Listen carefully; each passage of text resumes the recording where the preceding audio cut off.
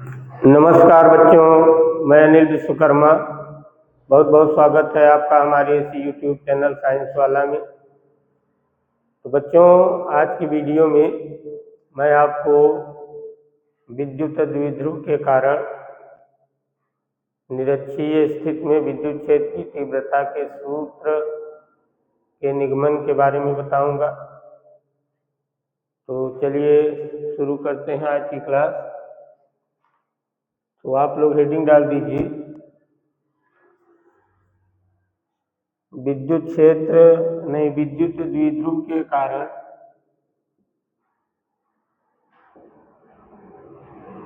विद्युत द्विध्रुव के कारण निरक्षीय स्थिति में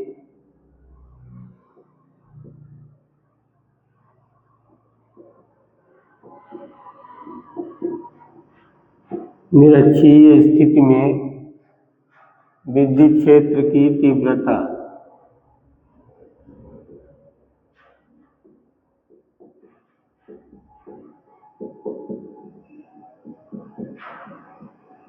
के सूत्र का निगमन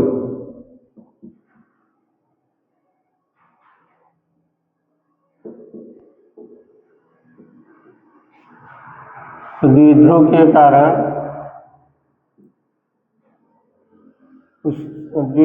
कारण निरक्षीय स्थिति में विद्युत क्षेत्र की तीव्रता के सूत्र का निगमन, यानी हम लोग तीव्रता का सूत्र निकालेंगे।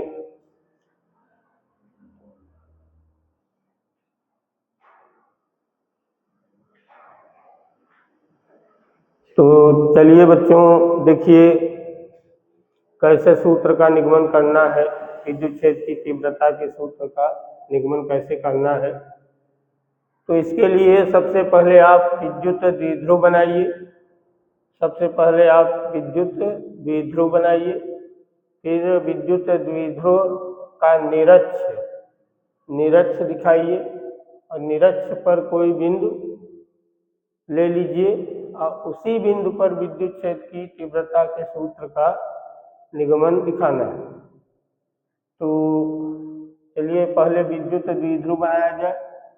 बच्चों देखिए, जैसे विद्युत द्विध्रुव आपको बताया गया था कि विद्युत द्विध्रुव में दो बराबर परंतु विपरीत चिन्ह के आवेश होते हैं और दोनों आवेश एक दूसरे से अल्पतम दूरी 2l पर रखे होते हैं। तो देखिए, यहाँ मान लीजिए यहाँ एक आवेश है -q और एक आवेश यहाँ पे है +q। तो देखिए दो बराबर आवेश हो गए, दोनों q लिखे हैं, मतलब दोनों बराबर हैं। और चिन्ह एक का ऋण है एक का धन है, मतलब विपरीत चिन्ह के हैं। तो दो बराबर आवेश है और दोनों विपरीत चिन्ह के हैं और इन दोनों को 2l दूरी पे रख देना है। तो मान लीजिए ये दोनों एक दूसरे से 2l दूरी पर स्थित है।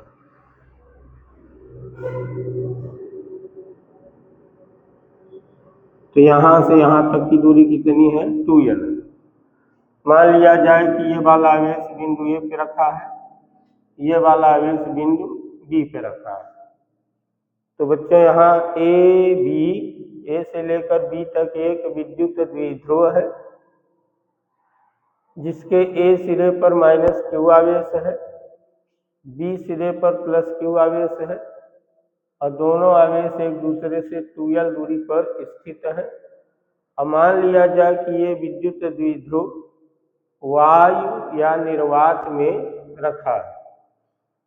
तो चलिए, ये तो विद्युत द्विध्रुव हो गया।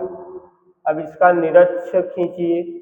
निरक्ष तो आपको बताया गया था कि निरक्ष खींचने के लिए विद्युत द्विध्रुव का मध्य बिंदु पहले ढूंढिए और उसी मध्य बिंदु पर एक लंबवत लाइन खींच दीजिए, तो उसी को निरक्ष कहते हैं। तो पहले इस द्विध्रुव का मध्य बिंदु मान लीजिए यहाँ पे है, मध्य बिंदु यहाँ पे है, ये द्विध्रुव का मध्य बिंदु है। इसी बिंदु पर इस लाइन के लंबवत मतलब 90 अंश का कोण बनाने वाली, तो इस लाइन के लंबवत एक लाइन ऐसे खींच दीजिए, उसी को निरक्ष कहा जाएगा। तो एक लाइन हम ऐसे खींच दे रहे हैं, बिंदुओं से होते हुए जाए। देखिए इस लाइन के लंबवत है और बिंदुओं से खींचा गया है, इसलिए इस लाइन को क्या कहा जाएगा? निरक्ष। इसे क्या कहा जाएगा? निरक्ष। निरक्ष हो गया। ये लाइन विद्युत द्विध्रुव का निरक्ष कहलाएगा। अब इस निरक्ष पर यहाँ कोई बिंदु ले लिया जाए। देखिए बिंदु कहाँ पे है? निरक्ष पर। इसी बिंदु पर विद्युत क्षेत्र की तीव्रता का सूत्र निकालना है। इसी बिंदु पर विद्युत क्षेत्र की तीव्रता ज्ञात करना है। तो इसी बिंदु पर हमें क्या ज्ञात करना है? विद्युत क्षेत्र की तीव्रता ज्ञात करना है। तो देखिए विद्युत द्विध्रुव के कारण निरक्षीय स्थिति में विद्युत क्षेत्र की तीव्रता, जो हेडिंग डाला गया था उसके अनुसार हम लोग चित्र बना दिए हैं। एक विद्युत द्विध्रुव बना दिए थे, फिर उसका निरक्ष खींच दिए। निरक्ष पर कोई बिंदु मान लीजिए P है, ऐसी बिंदु P पे हमें विद्युत क्षेत्र की तीव्रता का सूत्र ज्ञात करना है। तो देखिए इस बिंदु पर तीव्रता ज्ञात करने के लिए बच्चों इन दोनों आवेशों से, यानी कि A और B से इस बिंदु की दूरी पता होनी चाहिए। तो इस आवेश से इस बिंदु की दूरी पता होनी चाहिए, और इस आवेश से इस वाले आवेश से इस बिंदु की दूरी पता होनी चाहिए।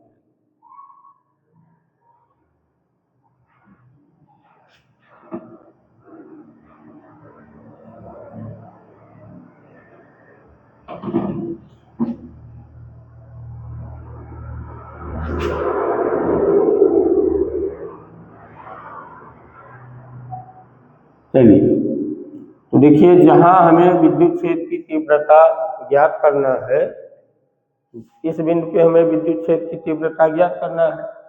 तो इस बिंदु की इस आवेश से दूरी और इस आवेश से दूरी पता होनी चाहिए। तो ये दूरी हमें नहीं पता है, तो इस दूरी को पता करने के लिए क्या कीजिए? देखिए ये द्विध्रुव का मध्य बिंदु है और द्विध्रुव की पूरी लंबाई कितनी है? 2l है। तो अगर ये पूरी लंबाई 2l है और ये मध्य बिंदु है, तो यहाँ से इसकी लंबाई l होगी, यहाँ से इसकी लंबाई l होगी, और यहाँ से इधर की लंबाई भी क्या होगी? l होगी, क्योंकि यहाँ से यहाँ तक की लंबाई टोटल 2l है। ये मध्य बिंदु है, इसलिए यहाँ से यहाँ की लंबाई l होगी, यहाँ से यहाँ की लंबाई l होगी। चलिए अब देखिए जिस बिंदु पर विद्युत क्षेत्र की तीव्रता ज्ञात करना है, उस बिंदु की O से दूरी मान लीजिए कितना है? r है। यहाँ से O से लेकर P तक की दूरी कितना है? r। O से लेकर P तक की दूरी कितनी है? r। तब देखिए ये दूरी l है, ये दूरी r है। इस दूरी को हम लोग ज्ञात कर सकते हैं, यानी इस आवेश से इस बिंदु P की दूरी ज्ञात कर सकते हैं।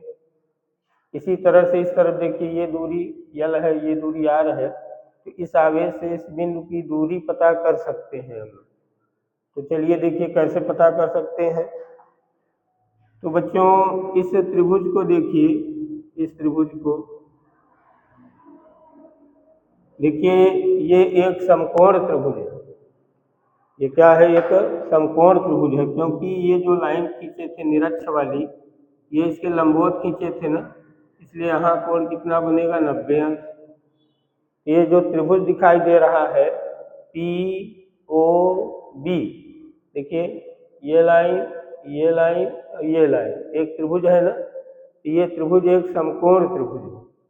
तो इस समकोण त्रिभुज में अगर पाइथागोरस प्रमेय लगाया जाए तो हमें इस लाइन की लंबाई पता हो जाएगी। इस त्रिभुज में क्योंकि ये समकोण त्रिभुज है और समकोण त्रिभुज में पाइथागोरस प्रमेय लग सकता है, इसलिए इस त्रिभुज को लेकर इसी में हम लोग पाइथागोरस प्रमेय लगाएं। तो देखिए हम यहाँ लिख दे रहे हैं समकोण त्रिभुज BOP में पाइथागोरस प्रमेय आप लोग जानते होंगे, कर्ण स्क्वायर बराबर होता है लंब स्क्वायर धन आधार स्क्वायर। तो देखिए बच्चों, ये 90 अंश का कोण यहाँ बना हुआ है, इसके ठीक सामने वाली लाइन कर्ण मानी जाएगी। 90 अंश का कोण जहाँ रहता है उसके ठीक सामने वाली लाइन को कर्ण कहते हैं, और इसे लंब कहा जाए क्योंकि इसे हम शुरू से लंब कह रहे हैं, इसके लंब खींचा गया है। ये लंब है, ये कर्ण है, और ये क्या हो जाएगा, आधार। तो पाइथागोरस प्रमेय लगाया जाए। पाइथागोरस प्रमेय है कर्ण स्क्वायर बराबर, तो देखिए कर्ण ये वाली लाइन है, तो BP स्क्वायर, BP स्क्वायर मतलब कर्ण स्क्वायर बराबर लंब स्क्वायर, लंब O से P तक है तो P स्क्वायर प्लस आधार स्क्वायर, आधार OB है तो OB स्क्वायर। अब इनकी लंबाई लिखिए। देखिए हमें B से P तक की लंबाई चाहिए, तो इसे ऐसे लिखा रहने दीजिए BP स्क्वायर। देखिए O से P की लंबाई हमें पता है, O से P की लंबाई कितनी है, R स्क्वायर, R है, O से P की लंबाई R है, और यहाँ OP की जगह R लिखिए और ऊपर स्क्वायर है। OB की लंबाई देखिए L है तो L स्क्वायर हो जाएगा। तो BP निकालिए, BP बराबर, तो BP निकालेंगे तो स्क्वायर हटाना होगा, स्क्वायर हटेगा तो इसके ऊपर करनी लग जाएगी, तो करनी के अंदर R square plus L square. तो देखिए B से P की लंबाई मिल गई हमें, under root R square plus L square. और बच्चों देखिए इस लाइन की लंबाई जितनी होगी उतनी लंबाई इस लाइन की भी होगी, मतलब इस आवेश से बिंदु P की दूरी इसी के बराबर होगी। चाहे तो ये भी देखिए एक समकोण त्रिभुज है, इधर 90 अंश कोण बनेगा, ये कर्ण होगा, ये लंब होगा, ये आधार होगा। हल कर देंगे तो ये भी लंबाई उतना ही आ जाएगी। इसकी भी लंबाई हम लिख दे रहे हैं R square plus L square. यहाँ लिख सकते हैं अतः AP बराबर BP बराबर under root R square plus L। तो देखिए बच्चों इस आवेश से जो आवेश A पे रखा है, इस आवेश से इस बिंदु की दूरी मिल गई है, और जो आवेश बिंदु B पे रखा गया है उस आवेश से इस बिंदु की दूरी हमें मिल गई। तो अब हम लोग इस आवेश और इस आवेश के कारण इस बिंदु P पर तीव्रता ज्ञात कर सकते हैं। बच्चों इसके बारे में लिखना भी होगा, तो हम यहाँ लिख दे रहे हैं। जैसे लिखा जाए, माना AB एक विद्युत द्विध्रुव है,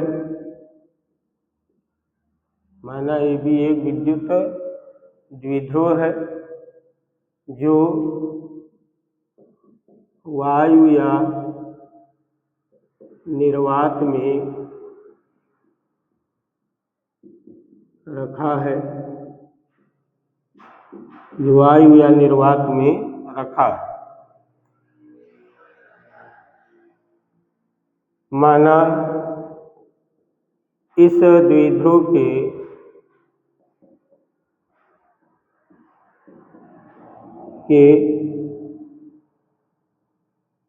A सिरे पर, इस द्विध्रुव के सिरे पर -Q आवेश तथा B सिरे पर +Q आवेश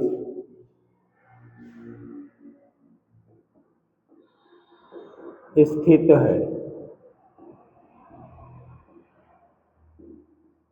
द्विध्रुव के ए सिरे पर -q आवेश स्थित है और बी सिरे पर +q आवेश स्थित है। माना द्विध्रुव के मध्य बिंदु से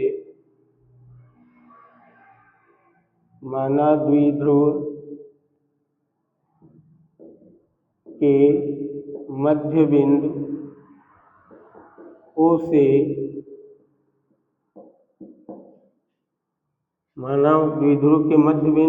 O से इसके निरक्ष पर द्विध्रुव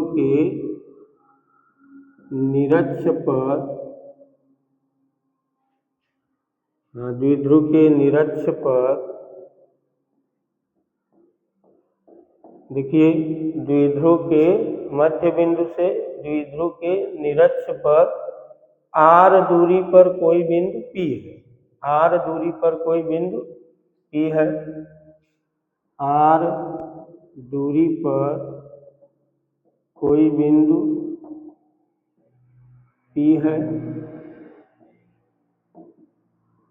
जहां हमें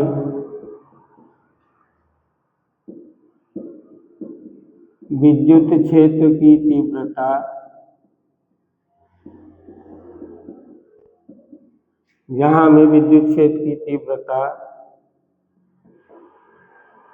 ज्ञात करना है या करनी है।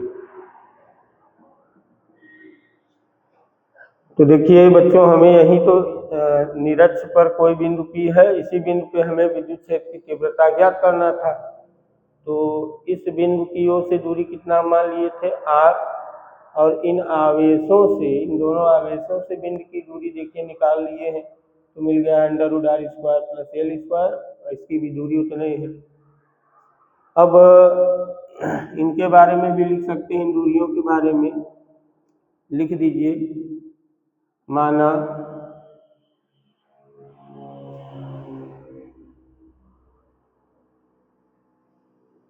नहीं, चित्र से -q आवेश से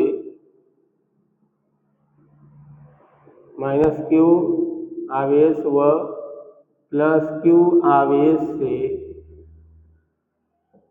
बिंदु P की दूरी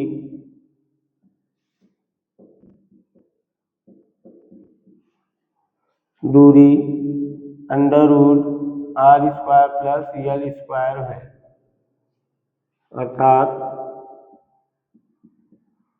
AP बराबर BP बराबर √r² + l²। एक चीज और मान ले रहे हैं, मान लिया जाए कि इस आवेश के कारण इस बिंदु पर जो तीव्रता आएगी, वो E1 है, और इस आवेश के कारण इस बिंदु पे जो तीव्रता मिलेगी वो E2 है।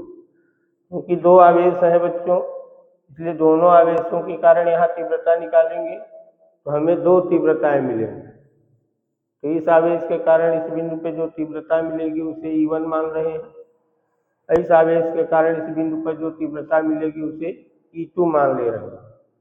तो माना -q व +q आवेश के कारण बिंदु P पर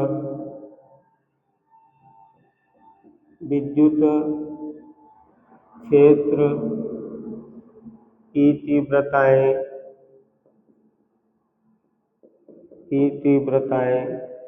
क्रमशः E1 व E2 है,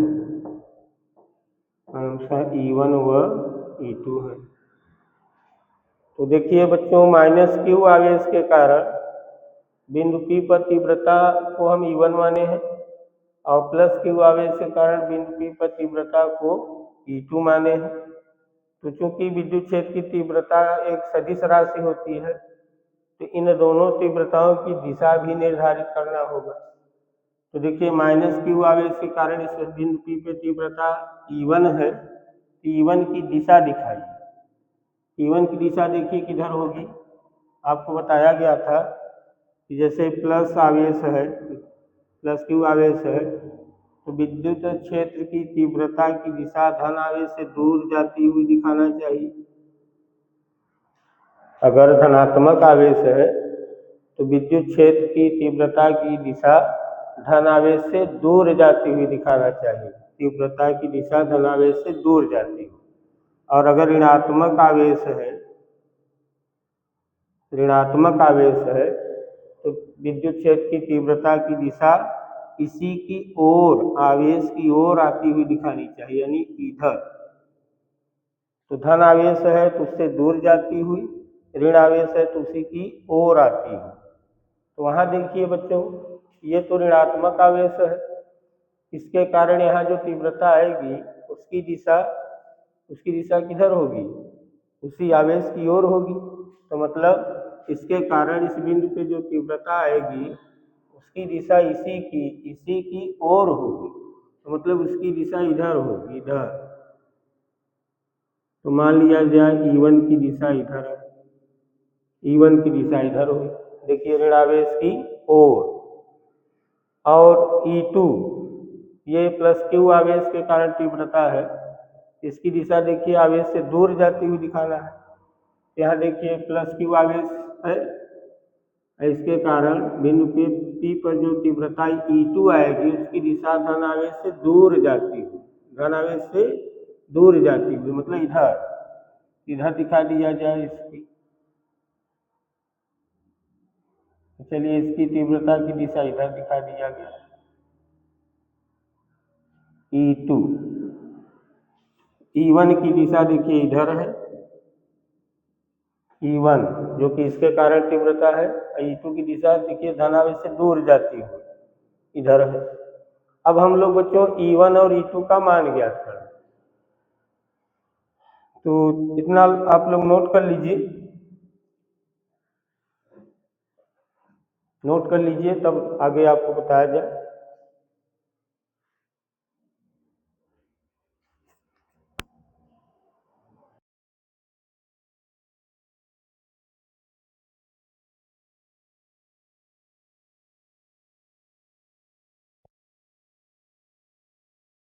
हाँ तो चलिए बच्चों इसे मिट दे रहे हैं।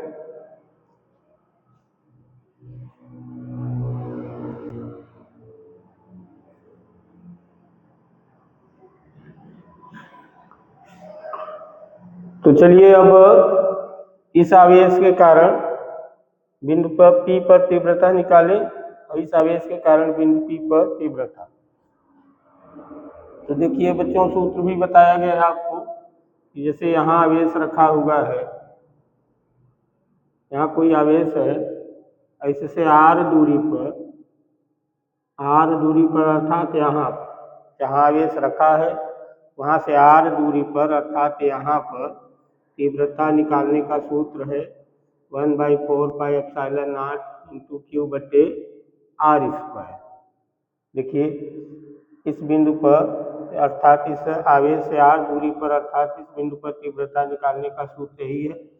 इसमें देखिए जो आवेश है वो आवेश का मान रखा गया है यहाँ ना, और दूरी देखिए बटे के नीचे क्या लिखी है, दूरी। तो जो जिस आवेश के कारण तीव्रता निकाल रहे हैं उस आवेश को बटे के ऊपर लिखिए और दूरी कहाँ लिख दीजिए, बटे के नीचे।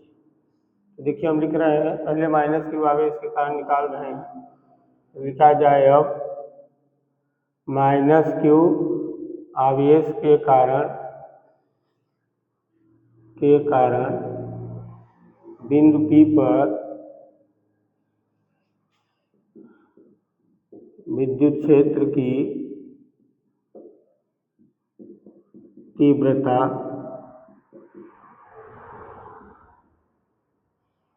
और माइनस क्यू आवेश के कारण बिंदु P पे तीव्रता कितना माने थे बच्चों, E1।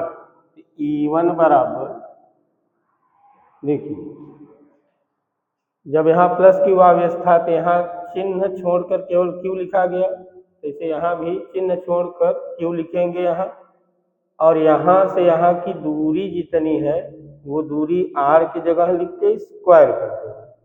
यहाँ से यहाँ की जो दूरी है वो r की जगह लिख के स्क्वायर कर देंगे और इस आवेश को यहाँ q की जगह लिखेंगे, चिन्ह सहित नहीं लिखेंगे। तो लिखा जाए तीव्रता का सूत्र 1/4πε0 इंटू क्यू बटे में दूरी यहाँ से यहाँ की दूरी कितनी है √r² प्लस l²। इसका देखिए स्क्वायर किया गया है तो स्क्वायर कर दें। इसी सूत्र से निकाल रहे हैं, दूरी की जगह ये लिख दिए हैं, देखिए और स्क्वायर था स्क्वायर लगा दिए हैं। और इस आवेश के कारण निकाल रहे थे तो इस आवेश को देखिए यहाँ लिखा गया है, चिन्ह छोड़कर लिखा गया है। चलिए इसी तरह अच्छा इसे थोड़ा हल कर लीजिए। या E1 बराबर 1/4πε0 क्यू बटे, बच्चों इसका स्क्वायर देखिए है तो इस अंडर रूट वाले चीज का स्क्वायर करेंगे तो करनी इसकी हट जाएगी, केवल अंदर वाला बचेगा r² प्लस l। और इसकी दिशा किधर होगी देखिए बच्चों चित्र में दिखाया गया है। E1 की दिशा किधर है, P से A की, इधर है P से A की ओर, P से A की ओर है इसकी दिशा। चलिए इसी तरह प्लस Q आवेश के कारण बिंदु P पर तीव्रता E2 निकाला जाए। तो प्लस Q आवेश के कारण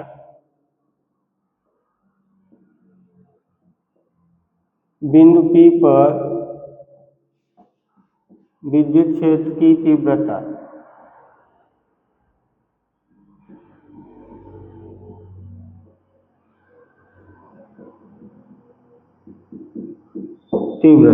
E2 निकाला जाए।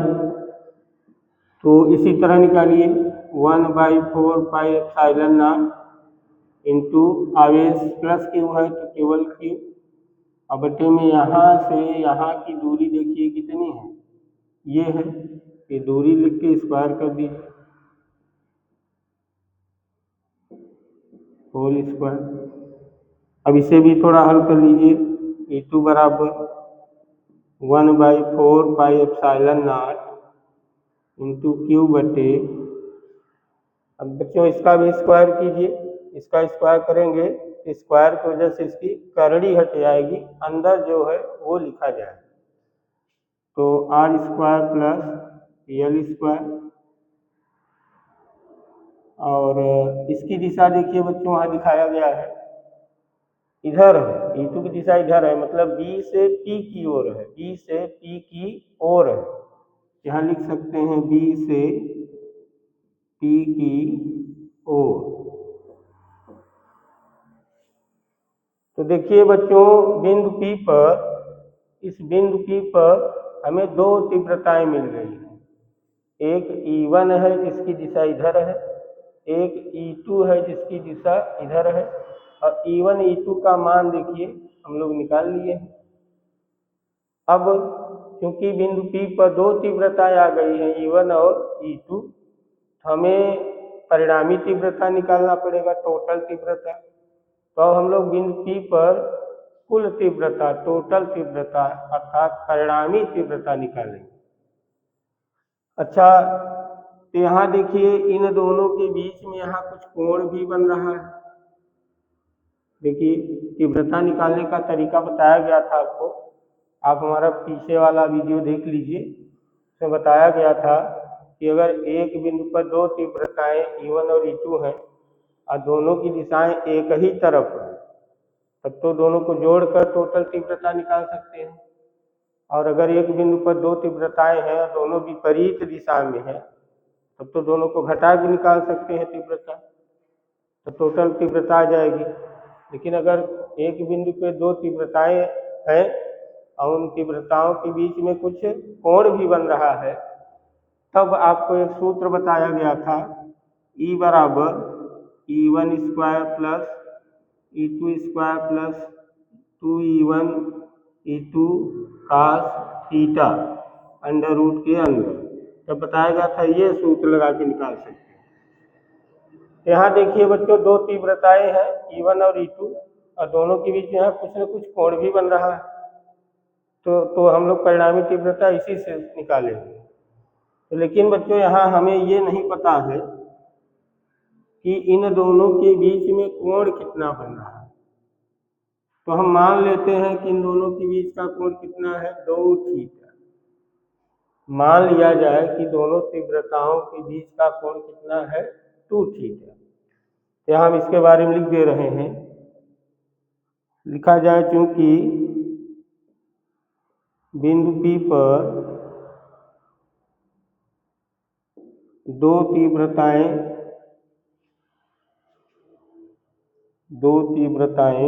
तीव्रताएं मतलब विद्युत क्षेत्र की तीव्रताएं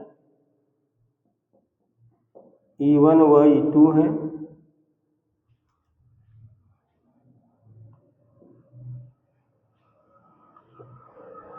चूंकि बिंदु P पर दो तीव्रताएं E1 व E2 हैं, जिनके बीच कुछ कोण बन रहा है, देखिए उनके बीच कुछ कोण भी बन रहा है। माना वह कोण कितना है, माना वह कोण 2 थीटा है।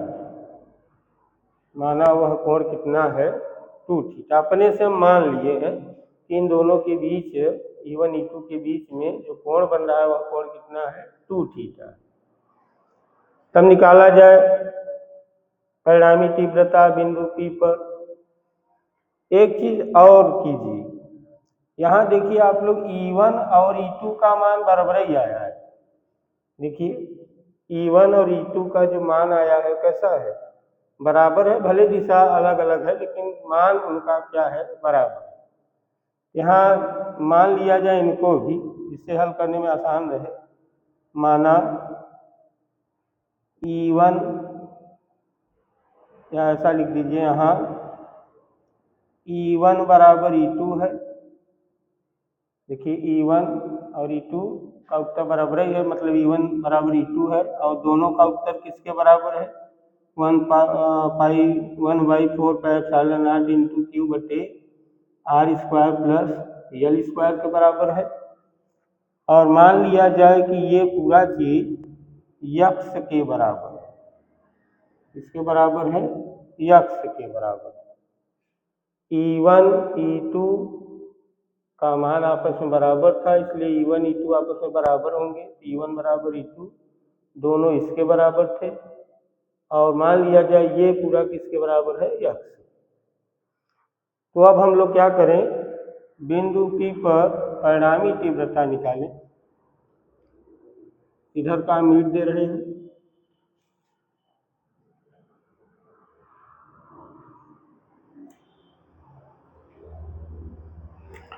तो बच्चों अब हम बिंदु P पर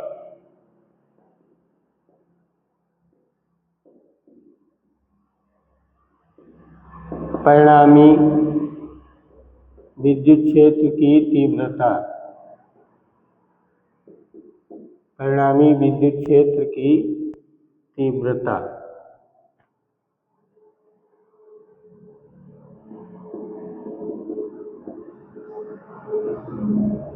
परिणामी तीव्रता मतलब टोटल तीव्रता। तो कैसे निकालेंगे, E बराबर under root E1 square plus E2 square plus 2E1 E2 cos theta. तो माना वह कोण थीटा बराबर 2 थीटा, यहाँ थीटा बराबर 2 थीटा है, ऐसा मान लीजिए। इसमें मान रखिए, मान रखने पर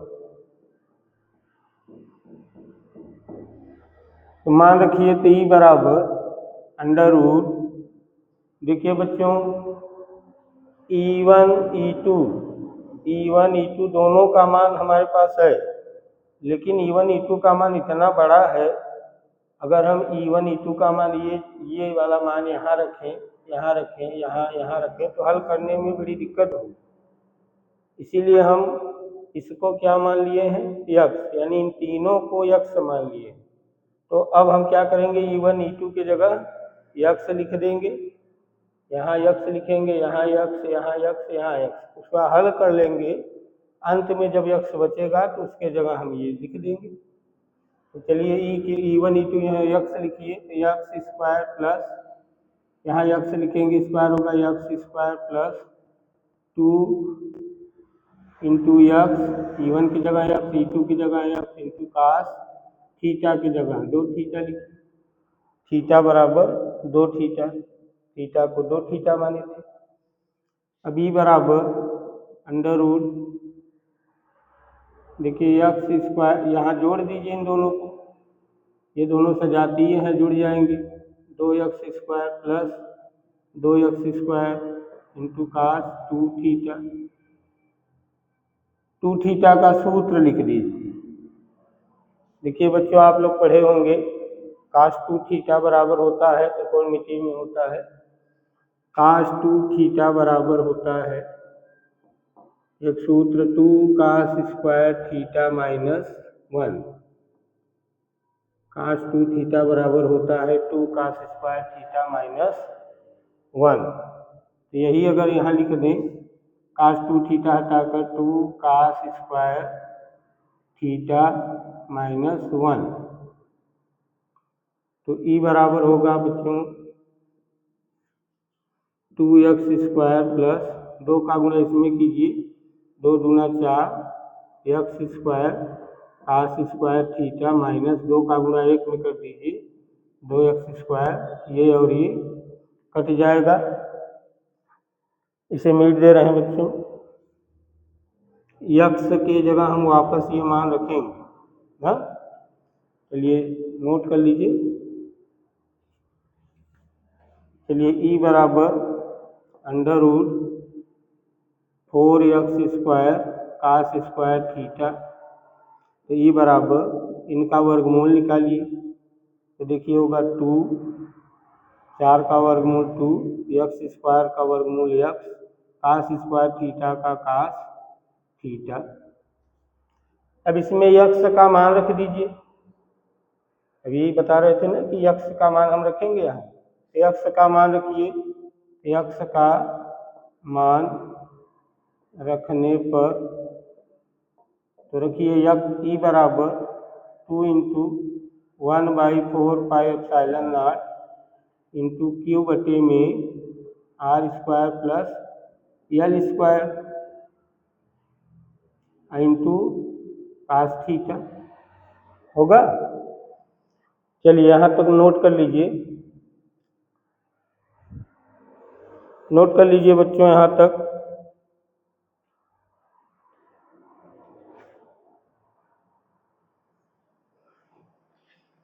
नोट कीजिए, नोट कीजिए।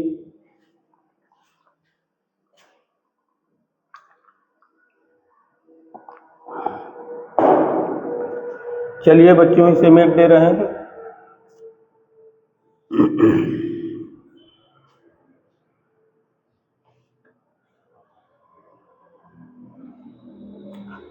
अब बच्चों यहाँ से कास थीटा, कास थीटा को यहाँ से हटाना है, तो कास थीटा को हटाने के लिए यहाँ चित्र में देखिए, चित्र में देखिए बच्चों, यहाँ देखिए, यहाँ से लेकर यहाँ तक का कोण हम कितना माने थे, 2 थीटा, यहाँ से लेकर यहाँ तक का कोण कितना माने थे, 2 थीटा। अब क्या हम करें कि ए बी लाइन जो खींची गई है, ए बी लाइन देख रहे हैं ना, इसी के समांतर एक लाइन बिंदु P से ऐसे खींच दे, इसी के समांतर एक लाइन बिंदु P से खींच दे, ए बी के समान। 2 थीटा हम थोड़ा इधर लिख दे रहे हैं, तो इसी तरह की लाइन, एकदम इसी तरह सीधी लाइन एक बिंदु P से हम ऐसे खींच दे रहे हैं। मान लीजिए इसी के समांतर है। अब ये देखिए पूरा कोण यहाँ से यहाँ तक कितना था, 2 थीटा था। जब ये लाइन खींच दिया गया बीचों बीच तो आधा कोण हो गया होगा, 2 थीटा का आधा इधर हो गया होगा, 2 थीटा का आधा इधर हो गया होगा, मतलब थीटा इधर थीटा इधर। अब देखिए ये लाइन और ये लाइन, देखिए ये लाइन AB वाली लाइन, AB वाली लाइन, और ये जो डॉट डॉट लाइन हम खींचे हैं ये डॉट डॉट वाली लाइन, ये दोनों किस तरह की है, समांतर। हम बोले थे ना कि इसके समांतर लाइन ये खींचे हुए हैं, तो क्योंकि ये दोनों लाइनें समांतर हैं ना, तो 2 समांतर लाइनों को जब एक तिर्यक रेखा ऐसे काटती है, 2 समांतर लाइनों को एक तिर्यक रेखा जब काटती है, ऐसे तिरछी रेखा 2 समांतर लाइनों को जब एक तिर्यक रेखा काटती है, यहाँ जो कोण बनता है और यहाँ जो कोण बनता है उसे एकांतर कोण कहते हैं, और दोनों आपस में बराबर होते हैं। 2 समांतर लाइनों को जब एक तिर्यक रेखा काटती है तो तिर्यक रेखा की इस साइड में और इस साइड में कोनों पर जो कोण बनते हैं, कोनों पर जो कोण बनते हैं उसे एकांतर कोण कहते हैं, दोनों आपस में बराबर होते हैं। तो देखिए यहाँ अगर ध्यान से देखिए तो यहाँ थीटा कोण बना है, यहाँ थीटा है, तो यहाँ भी कितना थीटा। कहने का मतलब बच्चों यहाँ भी कोण कितना होगा, थीटा होगा। तो चलिए देखा जाए।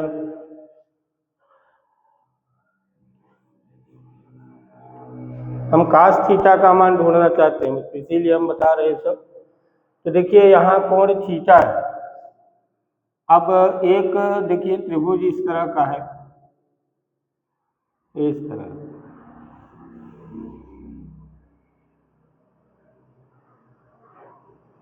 देखिए यहाँ O लिखा हुआ है। इसी त्रिभुज को हम इधर बना दे रहे हैं, O यहाँ A यहाँ P, ये दूरी R है, ये L है, यहाँ कोण थीटा है।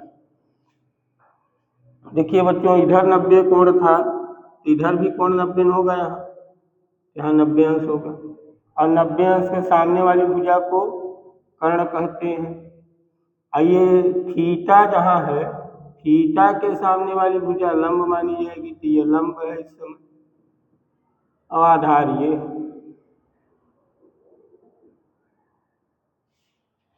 तो हमें देखिए हमें cos थीटा का मान चाहिए। तो त्रिकोणमिति में एक सूत्र है, cos थीटा बराबर होता है आधार बटे कर्ण। क्या होता है, आधार बटे कर्ण होता है। क्या होता है, अच्छा इसकी भी लंबाई हमें पता है। देखिए इसकी लंबाई कर्ण है लेकिन इसकी लंबाई पता है, √r² + l²।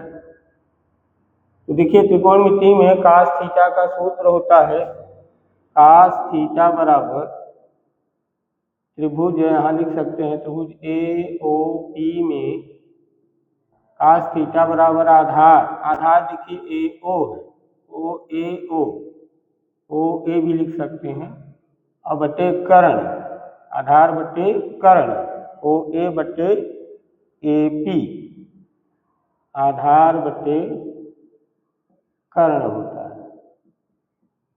तो इनकी लंबाई लिखिए, देखिए cos थीटा बराबर O से A की लंबाई, O से A की लंबाई L, और A से लेकर P की लंबाई √r² + l²। तो देखिए बच्चों cos थीटा का मान हमें मिल गया है। अब यहाँ इस सूत्र में इसे समीकरण 1 मान लें, इसे क्या मान लें, समीकरण 1। तो नीचे लिखें समीकरण 1 में cos थीटा का मान रखने पर, तो इसी समीकरण में अब ये इससे ऊपर रहेगा, उसी के नीचे लिखिए तभी। तो cos थीटा यहाँ है, यही मान रखिए, तो E बराबर होगा, देखिए 2 × 1/4 पाई एप्सिलॉन नॉट × Q बटे में r² + l², और cos थीटा का मान L बटे √r² प्लस यल स्क्वायर। तो देखिए cos थीटा की जगह ये वाला मान रख दिया गया। चलिए अब इसे हल करें बच्चों। E बराबर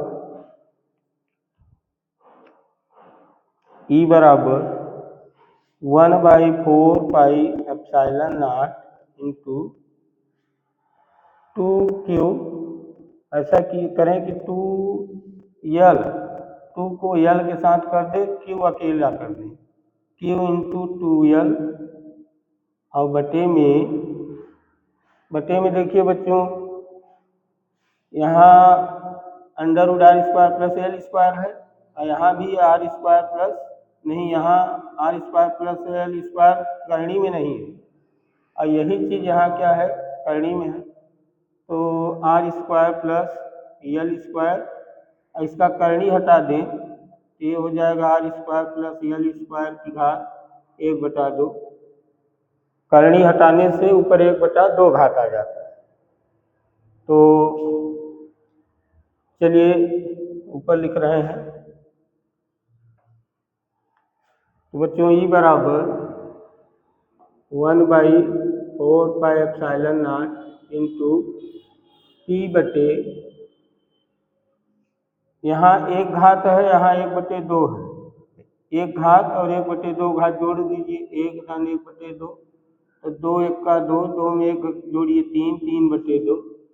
तो r² प्लस यल स्क्वायर की घात में 3/2 आ जाएगा। और देखिए बच्चों इसके जगह P क्यों लिख दिए हैं, क्योंकि द्विध्रुव आघूर्ण, विद्युत द्विध्रुव आघूर्ण को P से प्रदर्शित करते हैं और P बराबर होता है Q into 2l। Q into 2l, Q into 2l, ये P विद्युत द्विध्रुव आघूर्ण, आप पिछला वीडियो देख लीजिए, उसमें बताया गया है। तो हम इसके जगह पर P लिख दिए हैं और P का नाम है विद्युत द्विध्रुव आघूर्ण। चलिए बच्चों आगे इसे हल किया जाए। अब बच्चों चूंकि R की अपेक्षा यल जो है, देखिए R की अपेक्षा यल बहुत छोटा है। देखिए R काफी बड़ा है, यल बहुत छोटा है। तो चूंकि R की अपेक्षा यल बहुत छोटा है तो यहाँ लिखा जाए क्योंकि यल बहुत बहुत बहुत छोटा है, यल बहुत बहुत बहुत छोटा है, इसलिए यल स्क्वायर बहुत ही छोटा होगा। यल स्क्वायर उससे भी छोटा होगा, बहुत बहुत बहुत, ऐसा लिख दिया, यल स्क्वायर भी बहुत छोटा होगा, इसलिए यल स्क्वायर को नगण्य मान लिया। जितना छोटा होगा उसे 0 के बराबर मान सकते हैं। को नगण्य मानने पर,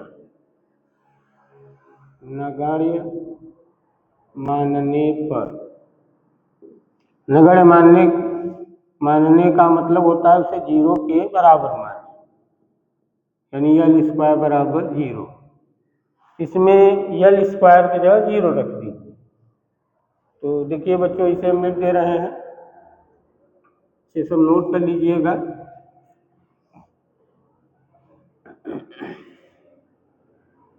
तो इसलिए E बराबर देखिए क्या होगा, 1/4πε0 इंटू P बटे r² प्लस यल स्क्वायर की जगह 0, ऊपर 3/2 घात। E बराबर होगा 1/4πε0 P बटे r² के साथ ये 3/2 घात का गुणा हो जाएगा। ये तो r² में 0 जोड़ेंगे r² ही आएगा और उसी में 3/2 घात का गुणा, इससे 2 घात से इस 2 घात को काट दीजिए। तो E बराबर होगा 1/4πε0 इंटू P बटे RQ। तो बच्चों यही विद्युत क्षेत्र की तीव्रता का सूत्र है। तो विद्युत द्विध्रुव के कारण निरक्षीय स्थिति में किसी भी बिंदु पर विद्युत क्षेत्र की तीव्रता का सूत्र यही है। इसी सूत्र का निगमन करना था हमें। तो बच्चों इस सूत्र का प्रयोग तब करना है जब द्विध्रुव कहाँ हो। इस सूत्र का प्रयोग तब कीजिए जब विद्युत द्विध्रुव वायु या निर्वात में हो। जब विद्युत द्विध्रुव कहाँ हो, वायु या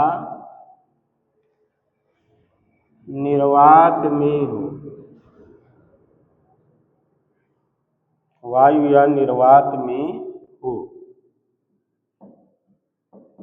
निर्वात में हो। तो इस सूत्र का प्रयोग तब कीजिएगा जब विद्युत द्विध्रुव कहाँ रखा हो, वायु या निर्वात। इसके बारे में हम शुरू में लिखवा दिए थे।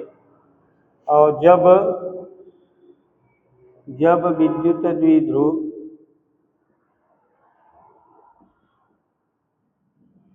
किसी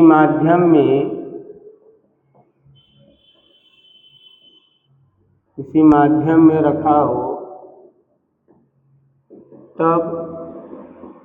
तब E बराबर 1/4 pi epsilon not. Epsilon not के बगल के लगा देना है, के इंटू P बटे RQ, जहाँ के क्या है, माध्यम का परावैद्युतांक है। जहाँ के क्या है, माध्यम का परावैद्युतांक है। जहाँ के माध्यम का परावैद्युतांक है। नोट कर लीजिए बच्चों।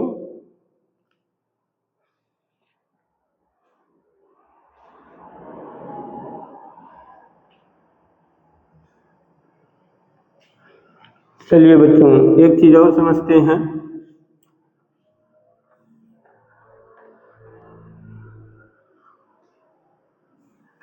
देखिए बच्चों, अक्षीय स्थिति में विद्युत क्षेत्र की तीव्रता का सूत्र क्या था। अक्षीय स्थिति में विद्युत द्विध्रुव के कारण अक्षीय स्थिति में या अक्ष पर विद्युत द्विध्रुव की तीव्रता का सूत्र क्या था, विद्युत क्षेत्र की तीव्रता का। देखिए E, यहाँ अक्ष लिख दें या अक्षीय लिख दें। अक्षीय स्थिति में विद्युत क्षेत्र की तीव्रता का सूत्र था 1/4 pi epsilon naught into 2P बटे RQ, ये था। और अभी देखिए निकाले हैं निरक्षीय स्थिति का। निरक्षीय स्थिति में विद्युत क्षेत्र की तीव्रता का सूत्र क्या है, अभी निकाले हैं 1/4 pi epsilon naught into P/R³ है। दोनों का भाग दे दें, दोनों का क्या करें, भाग दे दें। तो समीकरण 1 भागा समीकरण 2। तो देखिए लेफ्ट साइड का अलग भाग, राइट साइड का अलग भाग। तो E अक्षीय बटे में E निरक्षीय बराबर, ये तो लेफ्ट साइड का भाग हुआ, राइट साइड का भाग दीजिए। इसे बटे के ऊपर लिखिए, इसे बटे के नीचे। तो 1/4 pi epsilon naught into 2P बटे RQ बटे में 1/4 pi epsilon naught into P बटे RQ। तो देखिए बच्चों ये पूरा कट जाएगा, R³ से R³ भी कटेगा, इस P से ये P भी कट जाएगा। तो E अक्षीय बटे में E निरक्षीय बराबर आया 2। या इसे ऐसे भी लिख सकते हैं कि अक्षीय बराबर 2 गुणित ई निरक्षीय।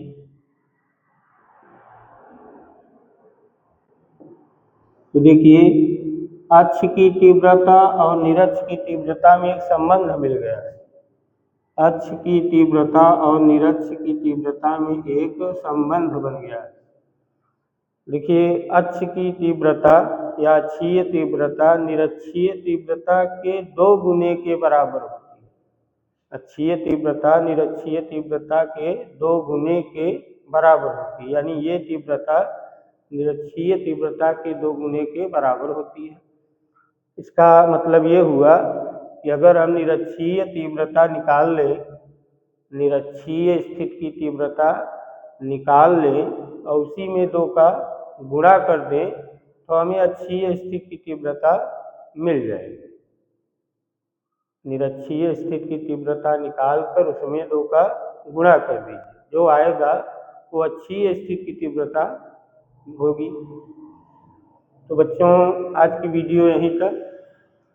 अगले वीडियो में इसके आगे की चीज़ों के बारे में पढ़ाएंगे आपको। तब तक के लिए नमस्कार।